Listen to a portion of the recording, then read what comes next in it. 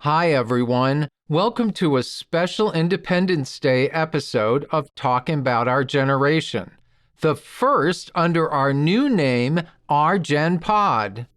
In keeping with our current focus on civility, we want to share a little gem we recently discovered, a collection of handwritten notes found in George Washington's papers, apparently copied into his school book sometime around 1746.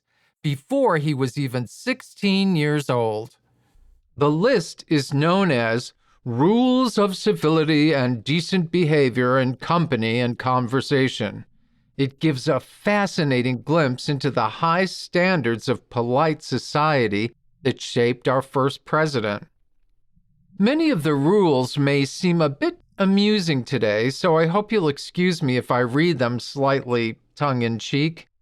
Also, bits of the original text in his own hand were chewed away by mice. So where there are gaps, we've given the mice a voice. After all, the erosion of civility is sort of the theme of our series, and those mice make a great metaphor. Young George Washington's rules clearly show how our ideas of civility and politeness have changed over the years. A lot of our behavior today would have been considered shockingly bad manners in his time. But there are many rules that I think you'll agree are very relevant today, especially on our Independence Day. So without further ado, here is Rules of Civility and Decent Behavior by young George Washington, copied from the original in 1888 by J.M. Toner, M.D., and accompanied by a medley of the music Washington might have enjoyed, and some mice.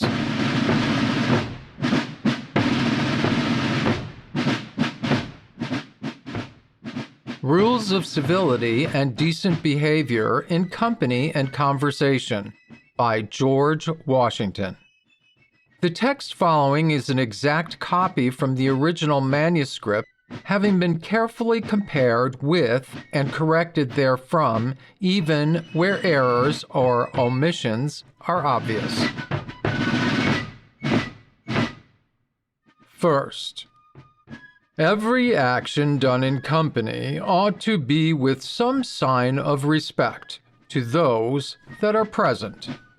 Second, when in company, put not your hands to any part of the body not usually discovered. Third, show nothing to your friend that may affright him. Fourth, in the presence of others, sing not to yourself with a humming noise, nor drum with your fingers or feet. Fifth, if you cough, sneeze, sigh, or yawn, do it not loud, but privately. And speak not in your yawning, but put your handkerchief or hand before your face and turn aside. Sixth, sleep not when others speak, sit not when others stand, speak not when you should hold your peace. Walk not on when others stop. Seventh, put not off your clothes in the presence of others, nor go out your chamber half-dressed. Eighth, at play and at fire it's good manners to give place to the last comer, and affect not to speak louder than ordinary.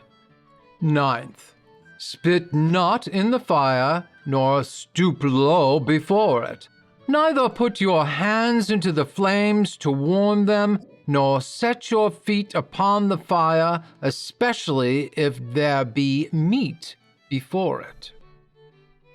10th, when you sit down, keep your feet firm and even, without putting one on the other or crossing them. 11th, shift not yourself in the sight of others, nor gnaw your nails. 12th, Shake not the head, feet, or legs. Roll the eyes. Lift not one eyebrow higher than the other. Wry not the mouth, and bedew no man's face with your spittle. By a 13th. Kill no vermin as fleas, lice, ticks, etc. in the sight of others. If you see any filth or thick spittle, put your foot dexterously upon it. If it be upon the clothes of your companions, put it off privately, and if it be upon your own clothes, return thanks to him who puts it off. 14th. Turn not your back to others, especially in speaking. Jog not the table or desk on which another reads or writes. Lean not upon anyone. 15th. Keep your nails clean and short. Also your hands and teeth clean, yet without showing any great concern for them. 16th. Do not puff up the cheeks. Loll not out the tongue, rub the hands or beard, thrust out the lips, or bite them, or keep the lips too open or too close. 17th. Be no flatterer. Neither play with any that delights not to be played withal. 18th. Read no letters, books, or papers in company, but when there is a necessity for the doing of it, you must ask leave. Come not near the books or writings of another so as to read them unless desired, or give your opinion of them unasked. Also, look not nigh when another is writing a letter. 19th. Let your countenance be pleasant, but in serious matters, somewhat grave. 20th. The gestures of the body must be suited to the discourse you are upon. 21st. Reproach none for the infirmities of nature, nor delight to put them that have in mind thereof. 22nd. Show not yourself glad at the misfortune of another, though he were your enemy. 23rd. When you see a crime punished, you may be inwardly pleased, but always show pity to the suffering offender. Too much at any public. 25th. Superfluous compliments and all affection of ceremony are to be avoided, yet where due they are not to be neglected. 26th. In pulling off your hat to persons of distinction, as noblemen, justices, churchmen, etc., make a reverence, bowing more or less according to the custom of the better bred and quality of the persons.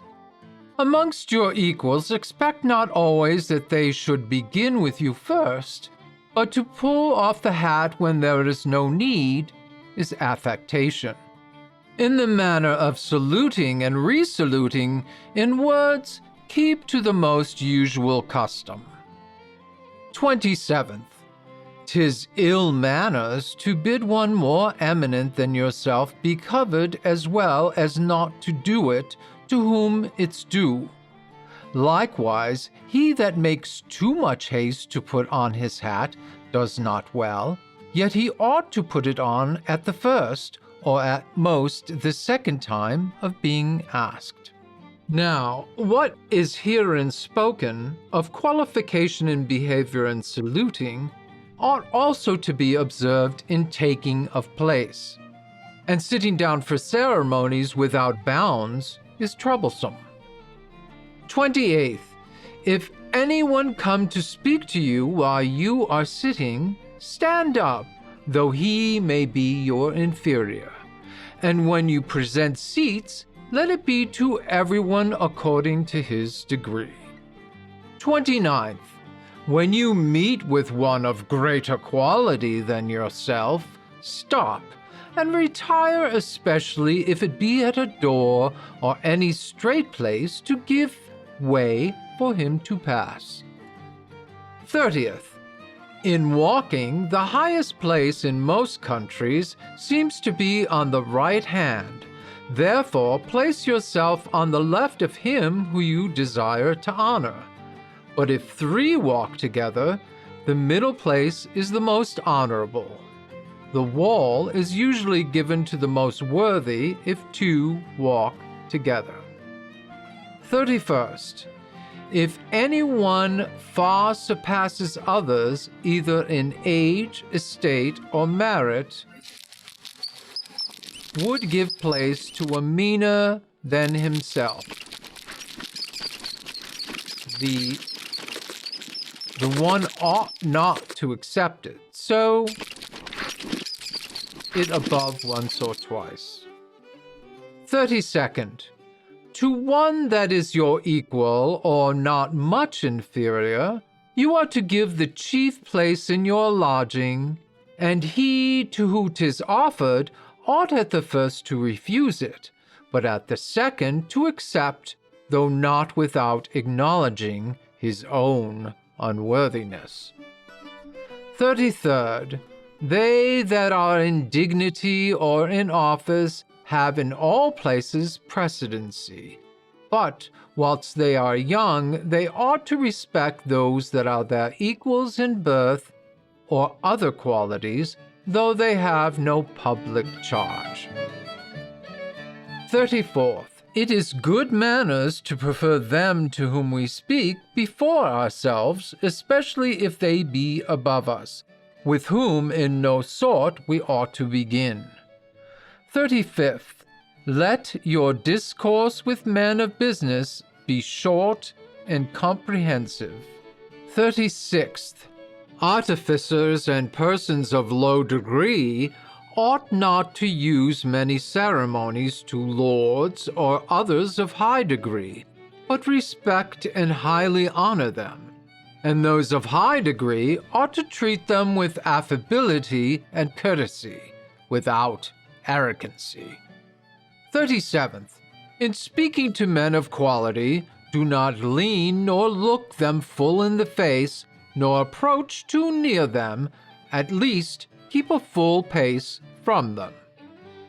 38th, in visiting the sick, do not presently play the physician, if you be not knowing therein. 39th, in writing or speaking, give to every person his due title according to his degree and the custom of the place. 40th, strive not with your superiors in argument, but always submit your judgment to others with modesty. 41st, undertake not to teach your equal in the art himself professes. It flavors of arrogancy. Courtesy be proper to the dignity of his place. Same with clown and a prince. 43rd, do not express joy before one sick or in pain, for that contrary passion will aggravate his misery. 44th, when a man does all he can, though it succeeds not well, blame not him that did it. 45th, being to advise or reprehend anyone, consider whether it ought to be in public or in private, presently or at some other time, in what terms to do it, and in reproving, show no signs of choler, but do it with all sweetness and mildness. 46th, take all admonitions thankfully in what time or place soever given, but afterwards, not being culpable, take a time or place convenient to let him know it that gave them. 47th. Mock not nor jest at anything of importance. Break no jests that are sharp-biting, and if you deliver anything witty and pleasant, abstain from laughing thereat yourself. 48th. Wherein you reprove another, be unblameable yourself, for example is more prevalent than precepts. 49th. Use no reproachful language against anyone, neither curse nor revile. 50th. Be not hasty to believe flying reports to the disparagement of any. 51st. Wear not your clothes foul, unripped, or dusty, but see they be brushed once every day at least, and take heed that you approach not to any uncleanness. 52nd. In your apparel be modest, and endeavor to accommodate nature, rather than to procure admiration. Keep to the fashion of your equals, such as are civil and orderly with respect to times and places. 53rd. Run not in the streets, neither go too slowly, nor with mouth open. Go not shaking your arms, not open the toes, nor in a dancing. 54th. Play not the peacock, looking everywhere about you, to see if you be well decked, if your shoes fit well, if your stockings sit neatly, and clothes handsomely. 55th. Eat not in the streets, nor in your house, out of season. 56th. Associate yourself with men of good quality if you esteem your own reputation, for 'tis better to be alone than in bad company. 57th. In walking up and down in a house, only with one in company, if he be greater than yourself, at the first give him the right hand, and stop not till he does, and be not the first that turns, and when you do turn, let it be with your face towards him. If he be a man of great quality, walk not with him cheek by jowl, but somewhat behind him, but yet in such a manner that he may easily speak to you. 58th. Let your conversation be without malice or envy, for 'tis a sign of a tractable and commendable nature. And in all causes of passion, admit reason to govern. 59th.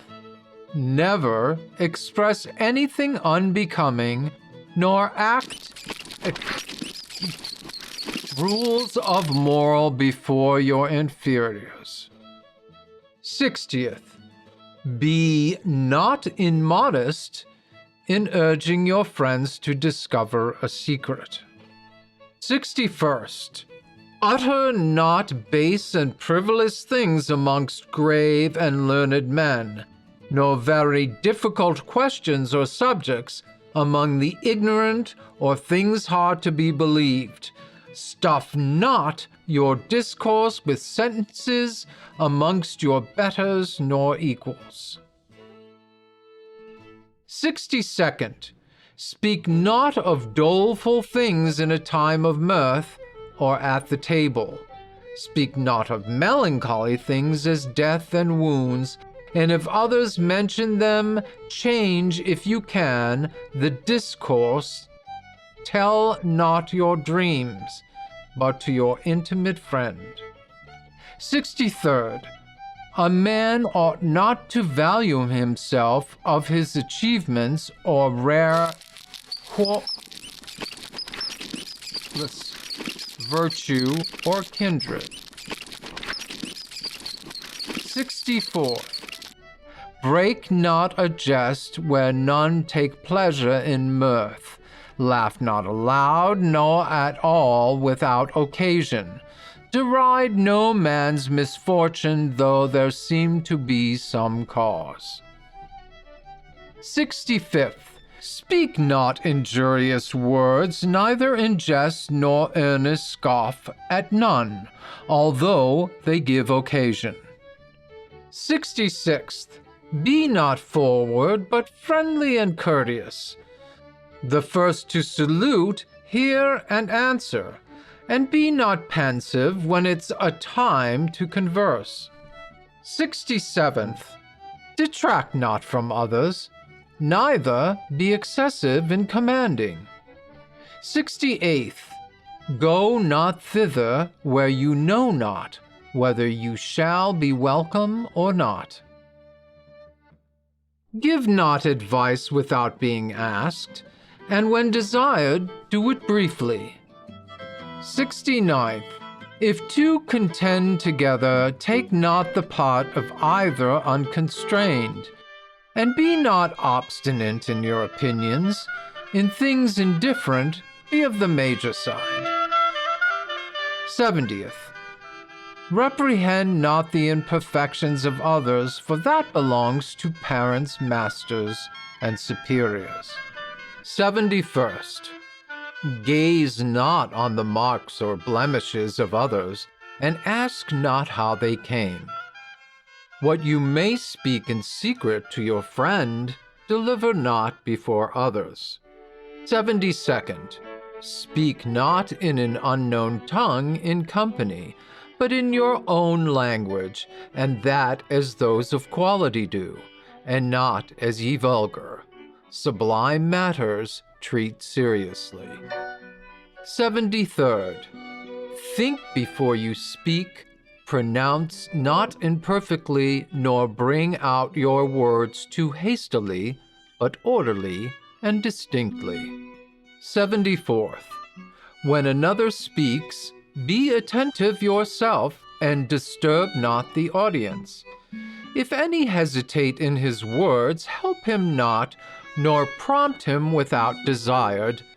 Interrupt him not, nor answer him till his speech be ended. 75th. In the midst of discourse, ask, but if you perceive any, stop because of, to proceed. If a person of quality comes in while you're conversing, it's handsome to repeat what was said before. 76th. While you are talking, point not with your finger at him of whom you discourse, nor approach too near him to whom you talk, especially to his face. 77th. Treat with men at fit times about business, and whisper not in the company of others. 78th. Make no comparisons, and if any of the company be commended for any brave act of virtue, commend not another for the same. 79th. Be not apt to relate news if you know not the truth thereof. In discoursing of things you have heard, name not your author. Always a secret discoverer not. 80th. Be not tedious in discourse or in reading, unless you find the company pleased therewith. 81st. Be not curious to know the affairs of others, neither approach to those that speak in private. 82nd. Undertake not what you cannot perform, but be careful to keep your promise. 83rd. When you deliver a matter, do it without passion and with discretion. However mean ye person be, you do it to. 84th. When your superiors talk to any body, hearken not, neither speak nor laugh. 85th. In company of these of higher quality than yourself, speak not till you are asked a question. Then stand upright, put off your hat, and answer in few words. 86th. In disputes, be not so desirous to overcome as not to give liberty to each one to deliver his opinion, and submit to ye judgment of ye major part, especially if they are judges of the dispute. 87. As becomes a man grave, settled and attentive, dick not at every turn what others say. 88th. Be not tedious in discourse, make not many digressions, nor repeat often the same manner of discourse. 89th. Speak not evil of the absent, for it is unjust. 90th. Being set at meat, scratch not, neither spit, cough, or blow your nose, except there's a necessity for it. 91st. Make no show of taking great delight in your victuals. Feed not with greediness. Cut your bread with a knife. Lean not on the table, neither find fault with what you eat. 92nd. Take no salt or cut bread with your knife greasy. 93rd. Entertaining anyone at table, it is decent to present him with meat. Undertake not to help others undesired by ye master. 94th. If you soak bread in the sauce, let it be no more than what you put in your mouth at a time. And blow not your broth at table, but stay till cools of itself. Put not your meat to your mouth with your knife in your hand, neither spit forth the stones of any fruit pie upon a dish, nor cast anything under the table. 96th. It's unbecoming to stoop much to one's meat. Keep your fingers clean, and when foul, wipe them on a corner of your table napkin.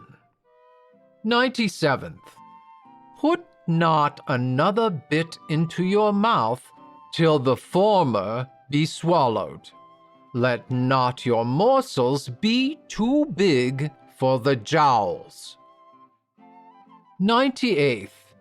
Drink not nor talk with your mouth full, neither gaze about you while you are drinking. 99th. Drink not too leisurely, nor yet too hastily. Before and after drinking, wipe your lips.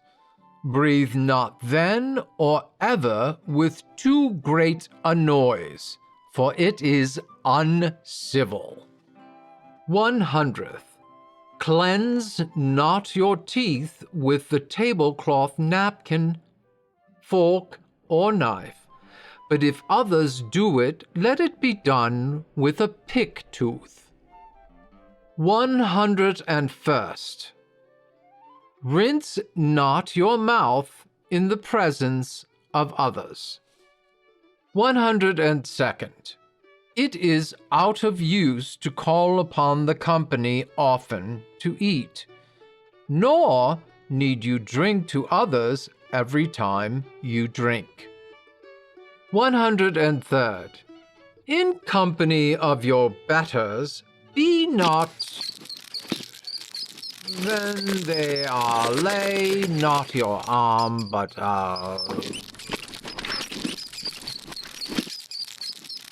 104. It belongs to ye chiefest in company to unfold his napkin and fall to meat first. But he ought then to begin in time and to dispatch with dexterity, that ye slowest may have time allowed him. 105. Be not angry at table, whatever happens, and if you have reason to be so, show it not, but on a cheerful countenance, especially if there be strangers. For good humor makes one dish of meat a feast. 106. Set not yourself at ye upper of ye table, but if it be your due, or that ye master of ye house will have it so, contend not, lest you should trouble ye company. 107th. If others talk at table, be attentive, but talk not with meat in your mouth. 108th. When you speak of God or his attributes, let it be seriously and reverence. Honor and obey your natural parents, although they be poor. 109th. Let your recreations be manful, not sinful. 110th. Labor to keep alive in your breast that little spark of celestial fire called conscience. Fini.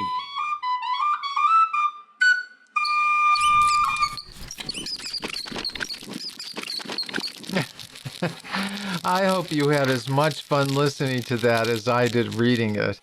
You can see a copy of the original handwritten text on our website, plus links to the music. Speaking of the website, we're happy to announce our new, much easier to type name, Our Gen Pod.